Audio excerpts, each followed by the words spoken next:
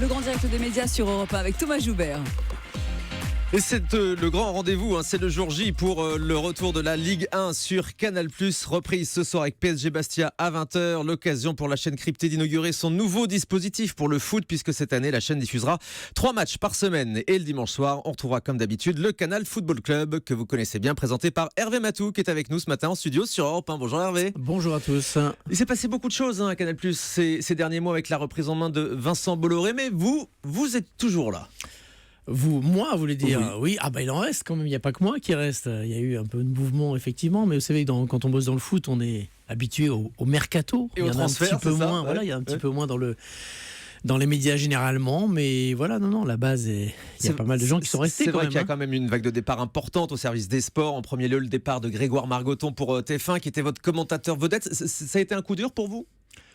Ça a été un moment de tristesse pour tous, parce qu'on travaille avec Grégoire depuis très longtemps, parce qu'on a tous, je pense, énormément d'estime pour l'homme et pour le professionnel, voilà, mais ce sont les aléas de la vie. Et je crois que tous les départs, les gens fantasment beaucoup sur les départs. Il y a eu des départs, mais si on les prend tous individuellement, il y a beaucoup de raisons personnelles, de choix personnels. Grégoire, c'est une bonne illustration.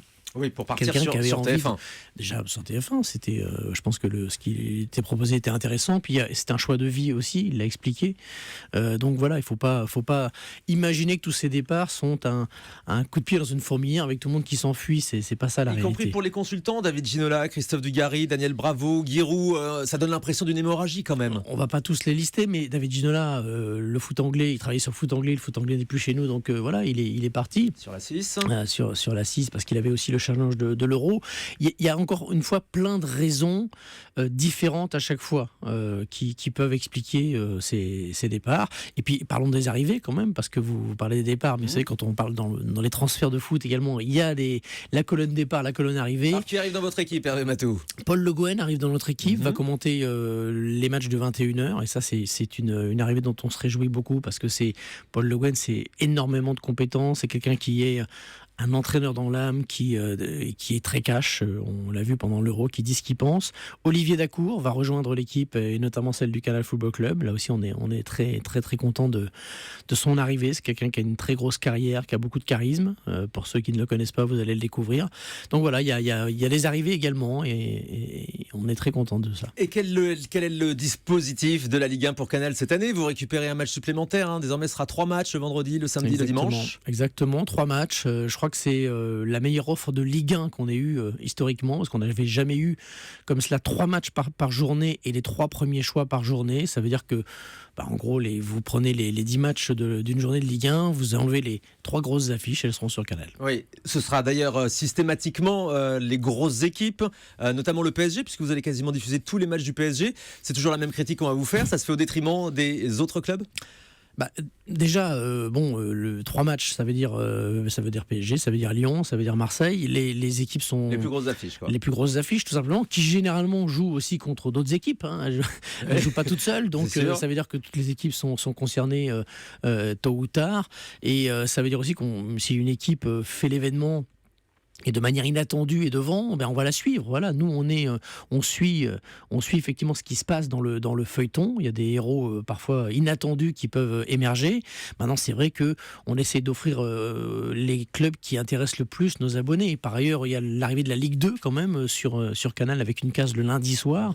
Donc ça veut dire que les gens d'un petit peu partout en France vont pouvoir voir leurs équipes préférées. Et elle va être intéressante, cette Ligue 1, parce que depuis que 2-3 clubs ont d'énormes moyens en France, comme le PSG, ça tue un petit peu le suspense. Alors c'est vrai que Paris reste sur une grosse domination. Maintenant, je dirais qu'il y a un changement dans le feuilleton, dans la série quand même. C'est l'arrivée de ce nouvel entraîneur, de tous ces nouveaux joueurs, qui, à mon avis, introduit quelque chose d'extrêmement intéressant. Indépendamment du suspense sur le titre, on peut penser que Paris va encore dominer, mais il y a une vraie tension. Qu'est-ce qui va se passer ? Voilà, est-ce que ce héros de l'histoire, le Paris Saint-Germain, qui a fait un lifting, qui a complètement changé, est-ce qu'il va réussir à dominer de la même manière ? Est-ce qu'il va jouer différemment ? Donc je pense que l'histoire s'écrit autrement. On aurait pu avoir une lassitude avec exactement la même équipe qui repart, est-ce qu'ils vont encore dominer, etc. Ouais, là, dès la première challenge. journée, on a très envie de savoir ce que le PSG va jouer va donner ce soir à Bastia. Alors Hervé Matou, votre émission du dimanche, le Canal Football Club, est-ce qu'elle va changer un petit peu ?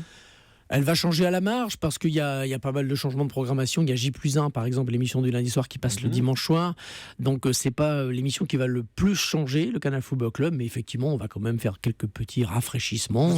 Vous allez être raccourci puisque le match du dimanche commencera maintenant à 20h45. Vous le déplorez que Canal et la Ligue ne se soient pas entendus sur cet horaire ? C'est pas encore acté. Là on est dans une période de Jeux Olympiques, ça ne vous a pas échappé, ce qui explique que le Canal Football Club va démarrer le 28 août seulement. Un petit peu plus tard, d'accord. Voilà, donc là pour l'instant on est sur des horaires d'été qui sont amenés à être encore discutés avec la Ligue.